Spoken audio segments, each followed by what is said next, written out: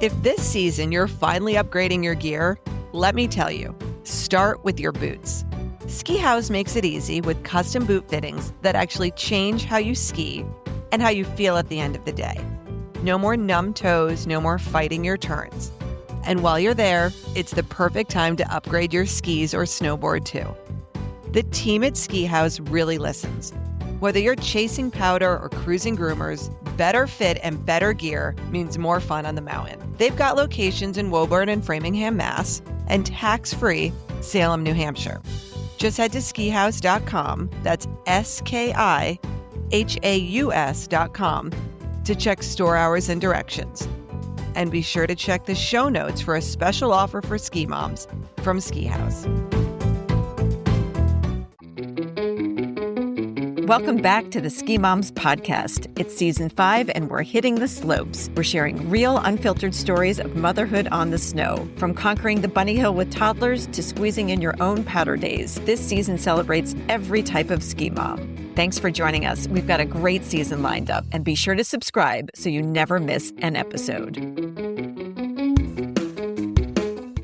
Today, Sarah and I are diving into one of the most unforgettable trips we've ever taken, the Olympics in Cortina. In this episode, we're focusing on 2 things: how to actually plan an Olympic ski trip and what it was like experiencing the games across different venues in the Dolomites. We'll walk you through what worked, what we do differently, where we stayed, and how we navigated transportation between events with family in tow. We'll also share what it felt like to be there in person for some truly historic performances, from Team USA's standout moments in the women's Alpine events to Federica Brignone delivering for Italy on home snow. The energy in the finish area, the pride of the local crowd, and the magnitude of those wins is something we'll never forget. If you're ever wondering whether an Olympic trip is doable, how far in advance to plan, or whether it's worth building a vacation around the games, this episode will give you the inside perspective. Ski tips and Dolomites deep dives are coming very soon. I think it was a complete bucket list trip of a lifetime. It was a tremendous mix of experiencing another culture in a really fun way, having intense American pride while you're there. And as a couple, I think my husband and I, we're going to just become like Olympic people. We're going to just chase the Olympics.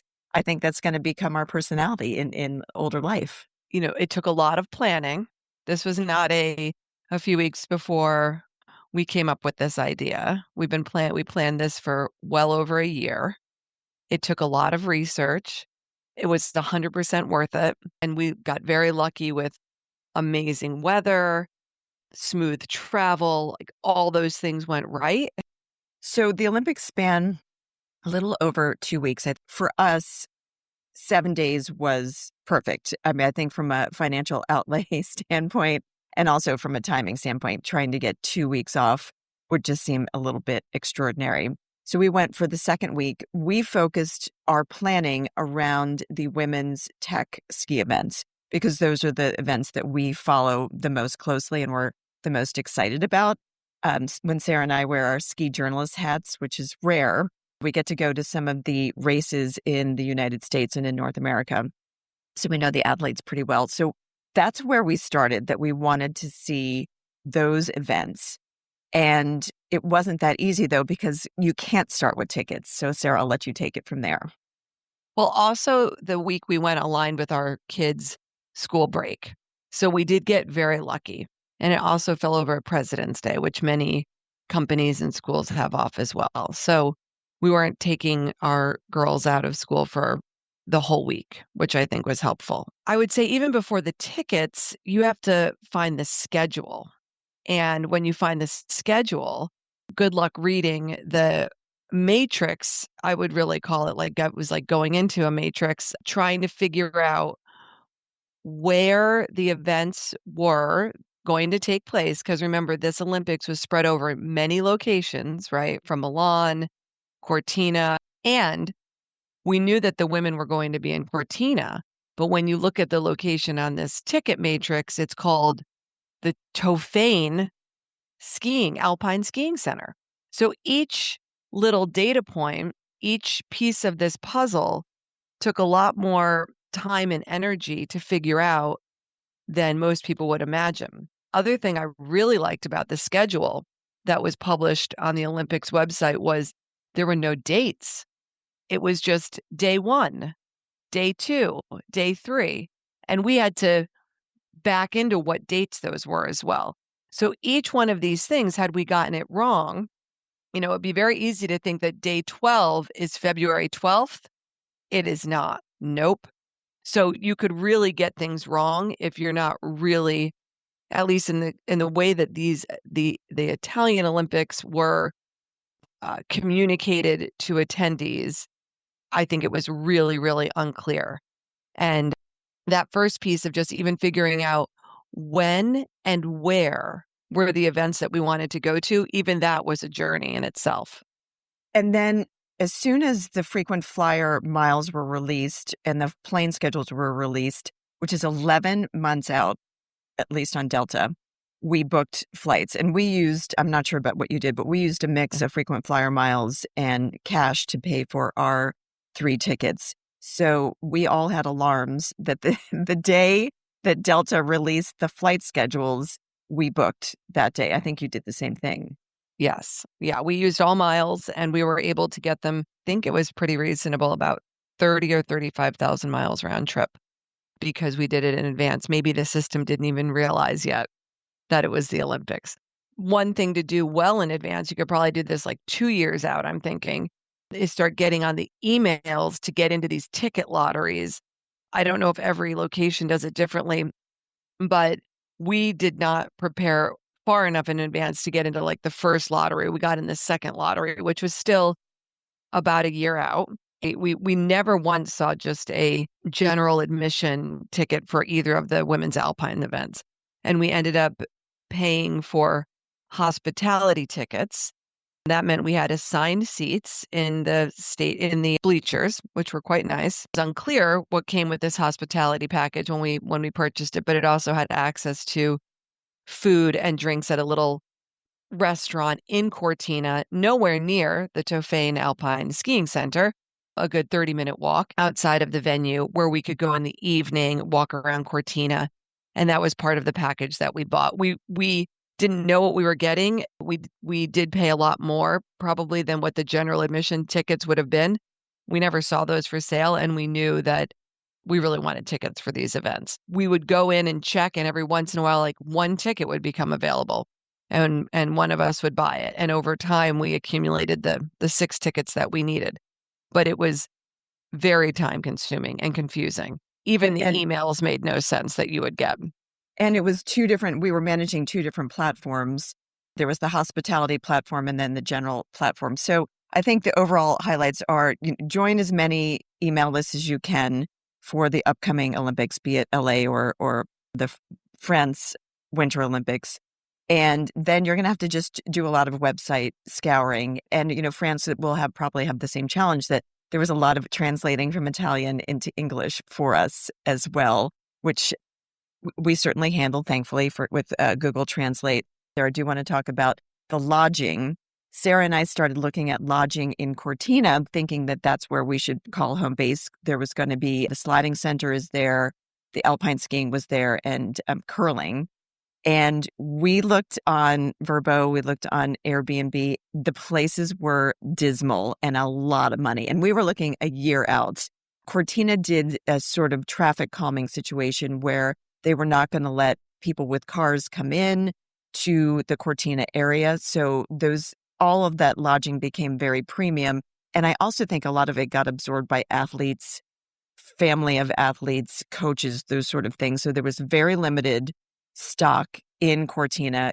I think we spent the most time on tickets and lodging. We did get a rental home, which was lovely. And it was about 45 minutes outside of Cortina. And we were thinking, okay, we want to see these events in Predazzo, which was where the Nordic combined events were going to be in ski jumping, and then Cortina. So we were sort of positioned between the two of them, but it did mean we had to rent a car, and then we had to deal with parking at both locations, which was another website, another set of emails, and another thing that we had to unlock. I highly recommend that you get a notebook, start a Google Doc, maybe a whiteboard when you're doing all of this planning. And then Sarah and I were checking in frequently, especially when it came to buying the tickets. There was one time she's like, you got to pull over. She called me in the car. It's like, there's one ticket available on the hospitality. And I'm on 89 going to Boston, like Noah Khan said. I pull over at a rest stop. Fortunately, I had Wi-Fi and I scooped up that ticket.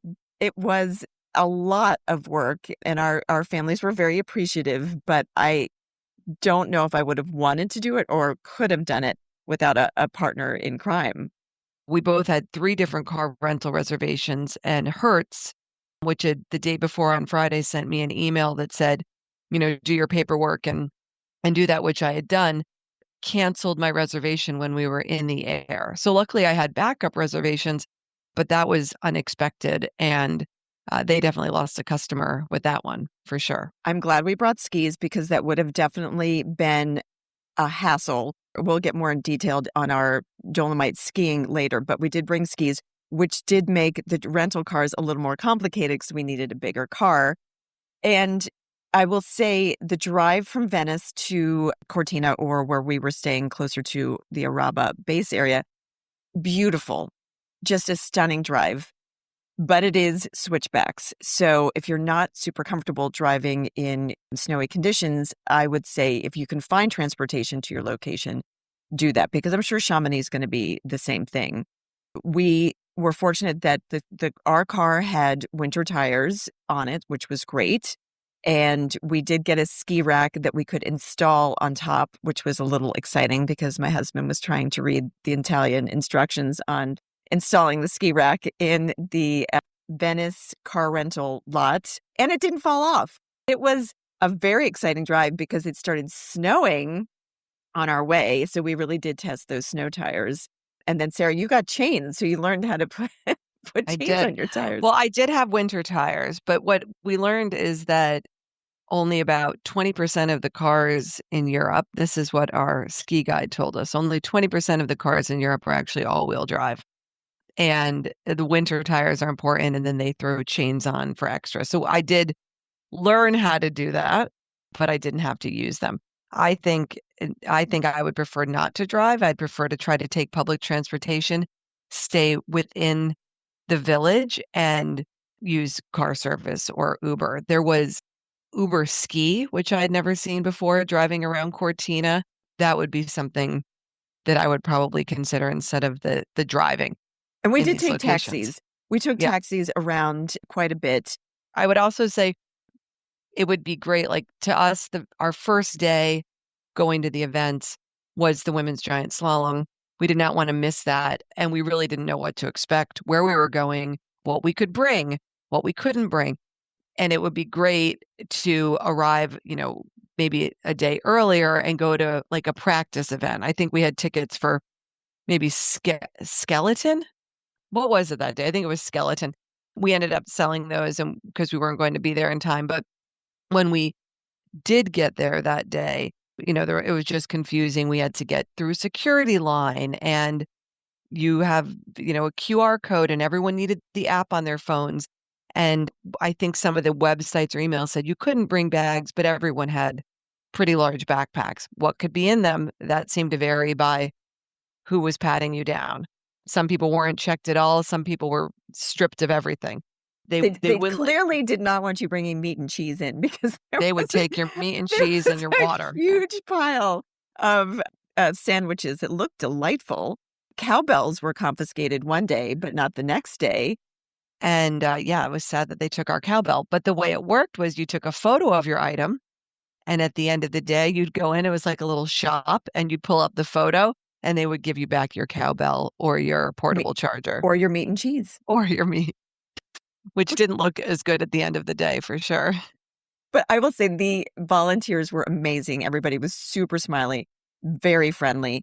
They were trying to move people through with efficiency and really a general sense of upbeat positivity. And that I was very happy with. Once we arrived to the venue, I would say it is not ADA compliant. If you had any sort of injury, any like small children, it was definitely a mile of walking to get to the venue plus a gondola.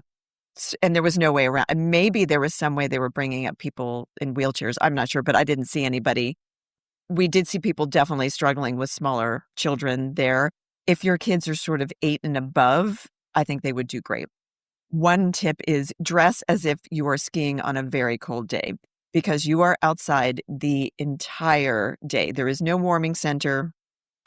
They did have the hospitality tickets in the bleachers, did have bathrooms that were pretty nice. I think they were heated. They were sort of like those fancy porta pots you see at weddings. The general public was just in regular porta potties, and they were standing on snow for 8 hours with no place, absolutely no place to go to warm up. So we were lucky. Both of the events that we saw were in the mid to high 30s at the warmest, but it started the day in the 20s. You were in the shade at the beginning, and then the sun came out. So we did have, we had all of our layers on. We had heated socks. We had hand warmers in. We definitely were super happy to have our sunglasses with us. And we did take some layers off as we walked around, but we were happy to have them at the end of the day because by the time the award ceremony was done, it was 3:00 in the afternoon, something like 3:30. So they had very limited food. It was sort of ham and cheese sandwiches, excellent coffee. David and I loved the cappuccinos that we were getting and the espresso. That was fantastic. But the food I thought was a little disappointing.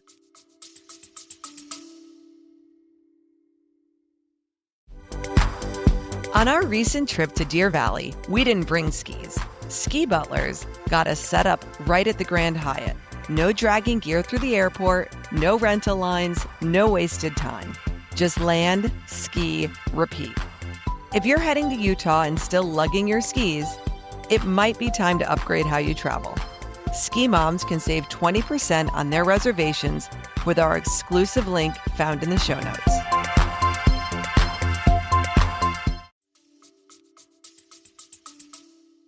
Yeah, but it was very reasonably priced.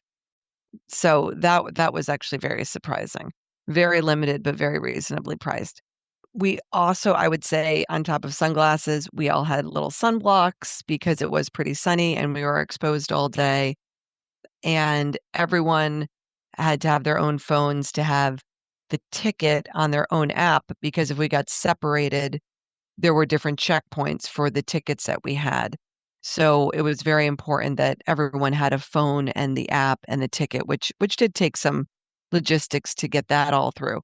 And the other thing that definitely could vary at different Olympics, but at the Milan-Cortina Olympics, it was a visa-only event, visa or cash.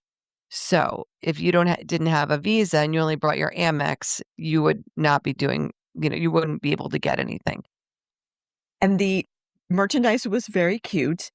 That was a long, long line. So it was upwards of an hour of waiting in line. So in between the two runs, everybody would race over to the swag shop, to the merchandise shop. So my hot tip would be go there first thing in the morning. There was no line before the event started.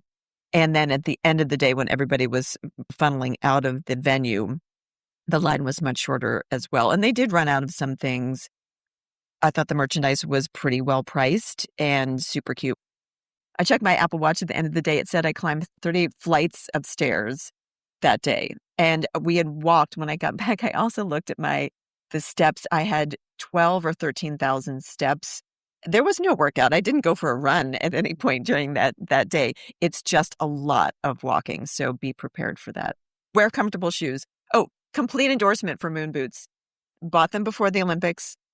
My husband made fun of me. My daughter and I wore them. Our feet were so warm in those things. No arch support. I mean, you're definitely like floating around in there, but unbelievably warm. Do you have any gear endorsements, Sarah? Well, just really good shoes. So I bought a pair of Helly Hansen, very thick-soled, cozy shoes, and for this trip specifically. And I think that was definitely worth the investment. And my daughter also got a new pair. So just really good shoes. Because one day I think we clocked close to 20,000 steps. And I think talking about Cortina, that is where the hospitality room was. And it was called Club 26. This was one of the most confusing portions of our planning. So we thought it was going to be up at the venue, and then we were going to be popping in and out to warm up, have a little snack between runs. Absolutely not. It is as Sarah said, a 30-minute walk away. It's a cute walk. You're walking downhill the entire time, so you kind of get to see the outskirts of Cortina. It's very safe. There's not a lot of cars on the walk there. And Sarah and I, of course, had our Aperols. The girls had sparkling water. You could get anything you wanted there. And then they had pizzas. They had so much wonderful cured meat and cheese. So we made it dinners 2 nights because our hospitality visits were timed. This was also not made clear when we bought our tickets. So we had an 18 o'clock, which is 6 p.m. start times. And they had wonderful fire pits outside. So we would sit perched outside by one of the fire pits, and we were drinking our Aperol, and we were eating our pizza, and we were seeing different teams go by. We're like, oh, there's a skeleton racer from Slovakia in their jacket. We saw Ali Nollmeyer walk by. Sarah had to hold me back. She's like, no, Nicole, no, you cannot go say hi to Ali Nollmeyer. But I'm like, but I'm the ski mom. She loves me. So Sarah had to restrain me there. But we were seeing all of the Olympics just go by you with all of their different jackets. And fun fact, speaking of the Olympians, how many condoms did they tear through in the first week? Thousands. They ran out in the first week. They had I mean, I know some people are taking them as Olympic souvenirs, but I think many of those were getting used in the best possible way, I hope, in the Olympic Village. Because there were some beautiful athletes walking around. That definitely make time to walk around the Olympic town wherever you're staying, because we had so much fun. We ran into Paula Moltzan. Sarah didn't have control of me. She won the bronze medal with Jackie Wiles at the team combined. We didn't get to see it, but we knew all about the win. So she's from Vermont, and I'm with the 2 teenage girls, and I'm like, girls, we're going for it. So I raced over. Paula's with her husband, Ryan, and I was like, Paula, these girls are from the Green Mountain Valley School. Can we get a photo? Ryan, you went there. And Sarah doesn't even know what's happening. So I'm organizing Paula. She's flanked by our 2 teenagers. I get a couple shots. The girls are smiling. Paula doesn't even know what hit her. And then she races off, but I got the photo. And then she comes back. And we're like, oh my God, she's coming back. And she said, do you guys want some pins? And we were like, yes, we want pins. She pulls out the most amazing pins. So you tell us what the pins were. The pins were about, I'd say, 2 inches wide, and they were little uteruses covered in flowers. And Nicole's denying this, but Nicole was overexcited and had possibly been overserved slightly at Clubhouse 26. And when Paula said this is a uterus pin, Nicole said, we were just talking about your uterus. That is absolutely what she I think in hindsight, that is, I will admit to this. And I don't think Paula even heard it, but I did think that was an interesting thing to say. But I think Nicole was just so caught up in the moment, anything could have come out. Well, she is sponsored. The reason for these beautiful pins is she's sponsored by a reproductive health company. And one of her passions has been talking about reproductive health in these athletes. They're hitting their peak. Federica Brignone won at 35. So Paula's been talking about her journey of freezing eggs, hence the pin, and hence why I was talking about her ovaries or uterus, or both. I mean, it could have been both. I could have said both. Who knows? I was so excited. And so she had these amazing pins made up to hand out, and I'm going to wear that pin with pride. It is on my Ski Mom's lanyard, and it's going to be with me as an amazing Olympic memory. But we are so proud of her. Now let's get into the athletes a little bit. Vermont delivered. So Paula coming home with the bronze. And then we've got Ben Ogden winning 2 silver medals in Nordic skiing. Absolutely amazing. He's from a maple syrup farm in Vermont. You don't get any more Vermonty than that. And he grew up down the road from the last guy to win an Olympic medal in Nordic skiing, this guy named Bill Koch, who started a league for little kids in New England. That is what Ben Ogden was raised on. So absolutely amazing that we had Paula, we had Ben Ogden, and then from one of our favorite hills in the entire world, Cochrane's, Ryan Cochran-Siegel delivered with his 2nd silver medal in Super G. And I know Cochran's did a party. They had a watching party with the famous pancakes. And I'm sure he had a hero's welcome when he came home. And also Mikaela brought home the gold, and she did go to Burke Mountain Academy for a little bit. So I know that Vermont likes to claim her. A lot of places like to claim her, but for us, we can put her in the Vermont pile as well.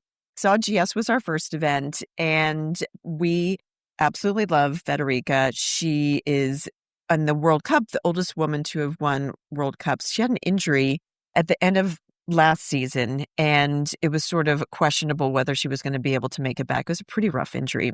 So she didn't race much in the World Cup.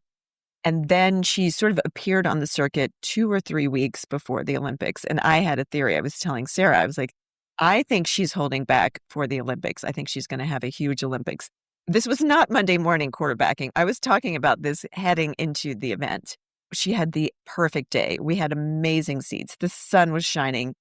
Her first run, she was absolutely smoking the competition. She came down, the fans went berserk. So there's Federica fans that wear all tiger suits. It's kind of hard to explain. She has a big tiger on her helmet. She has tiger gloves. It was so fun to be in the stadium when she came down.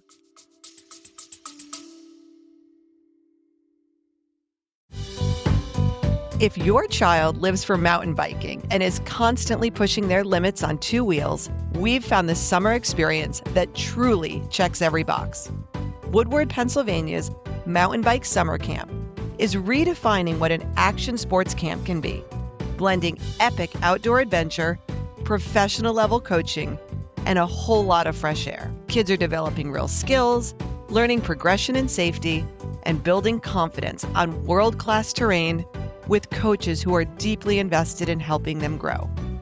Woodward's 5 to 7 day camps are designed for riders of all ages and abilities. And because it's Woodward, the experiences go beyond biking. Think community, mentorship, and that special kind of independence kids gain when they're challenged in the best way. Ski moms can save $150 off Woodward summer camps by using code SKIMOMS at checkout. Just head to woodwardpa.com/summer-camps/mountain-bike to learn more. That's code SKIMOMS for $150 off and an unforgettable summer on 2 wheels.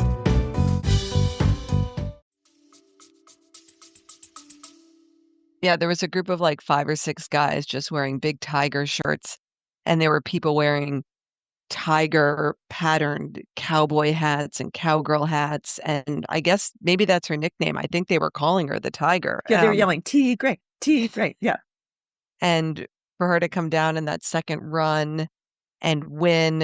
And then when they played the anthem, when she was on the podium, we were in tears for her and for her country. Italy absolutely slayed the Olympics. They had their best performance ever.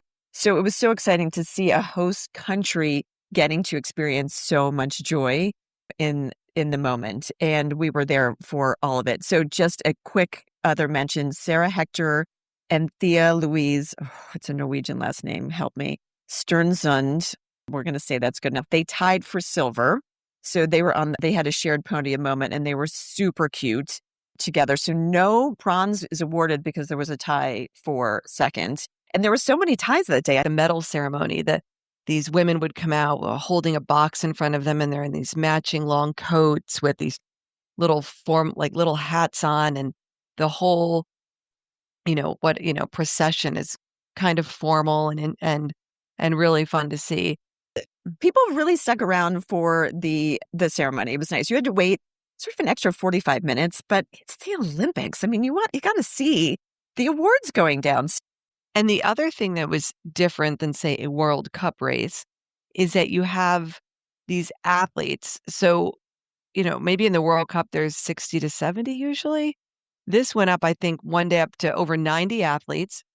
And you will have ski racers from South Africa and ski racers from the United Arab Emirates and so many places. There was a young woman who went to school with our older daughters that was skiing for Trinidad. And so that's really fun because you get to see a much wider range of countries represented in these races than you do in a typical, in a World Cup race. So shout out to Emma Gatcliffe. I would also like to say Emma completed 2 runs in the GS She does race in college for St. Lawrence, so she is used to high-level racing, but to be on an international stage in the same starting gate that these World Cup athletes are coming down, and she did a great job. I mean, she looked absolutely like she belonged there and just had the presence to throw down a run that looked fantastic, and she didn't DNF. She got her second run, and her second run was even stronger and more clean. So huge shout out to Emma. Her whole family was there. They had Trinidad and Tobago ski jackets, and her brother was her coach. So we couldn't have loved it more. So we did stay and we cheered on, through number 80 and 90 because those athletes work really hard to get there. Many of them have trained in the US, of course, and they sort of have a grandmother or grandfather that gives them the lineage to race for another country, but they still have the wherewithal to be there, to get the points to qualify, to get into this race, and then had the grit to come down these icy slopes at high speeds. So hats off to them. And then the big event was slalom. Mikaela she has gold medals already, and she's won medals at 2 different Olympics. And then at the last Olympics, it was a really big mental challenge for her. And she's talked a lot about mental health. She's talked a lot about making each race just as important as the next one, not putting outsized importance on the Olympics versus a World Cup race versus whatever else she's doing. She's definitely showed up for her teammates and she has been cheering along. But this was the last women's ski event, and it was her big event, slalom. And we, the night before, we were talking over our tea before we're going to bed. Do you think she can do it? And we really want this for her, and it's going to be so exciting. And she threw down this beautiful slalom. It was textbook slalom, textbook Shiffrin. I think she was a second faster than the next person Almost. on that. So answering all of the questions and just absolutely beautiful. And one thing I would like to say about Paula, Paula Moltzan fan club here, she had an outstanding first run until like the last 6 gates, but she kept it together. She finished her first run, and I think she finished in 28th after that first run. So on the kind of the bookends of the top 30, Mikaela was in first and Paula was in 28th. So they flipped the top 30. So whoever had the 30th fastest time would go first on the second run. So Paula was set up to be one of the first out of the gate on the second run. And we did get to see a bunch of her family and friends there.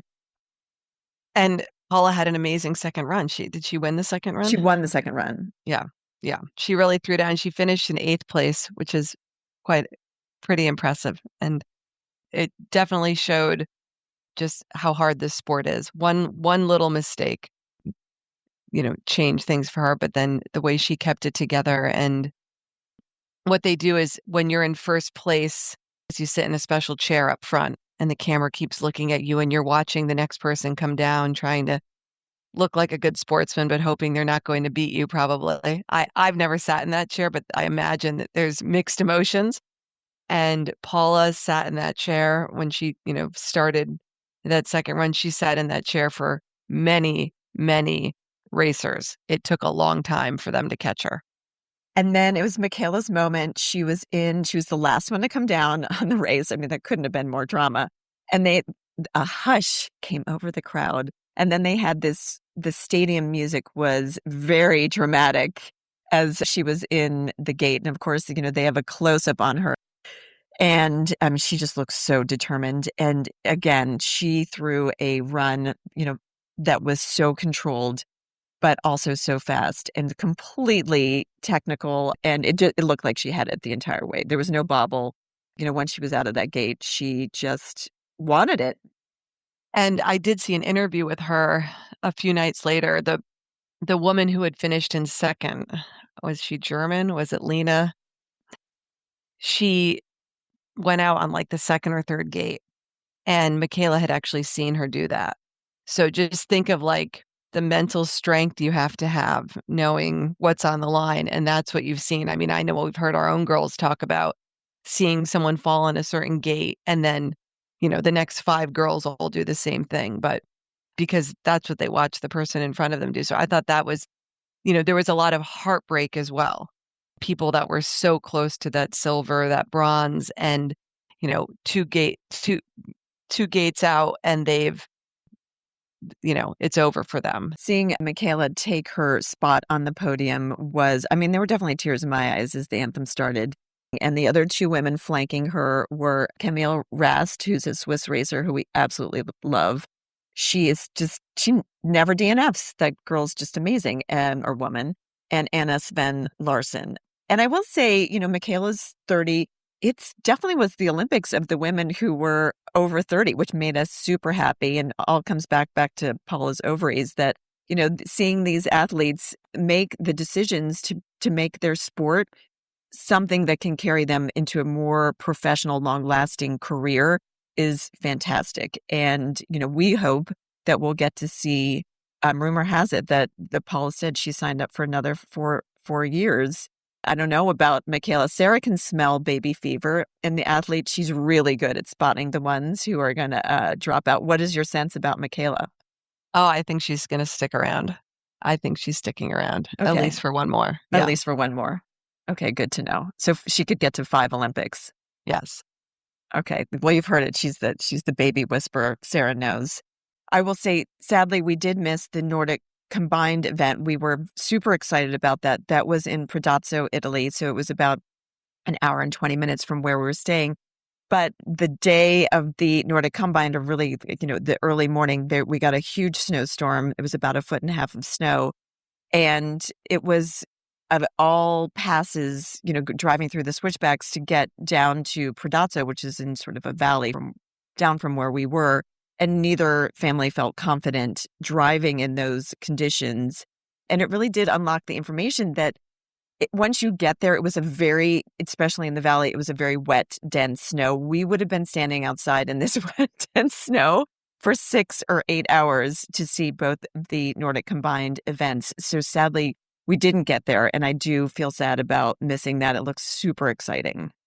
But we did watch it by the fire with a glass of wine later in the day, right? So we were still fans, but just from the comfort and dryness of our living room. And I think that's something that I would definitely mix my events. I would definitely mix some indoor tickets, things like curling, or I would really want to go see speed skating. That looks so exciting. I think the Italian woman, Francesca Lollobrigida, she won 2 golds. So exciting. Sprinkling some indoor events with your outdoor, I think, is a smart move.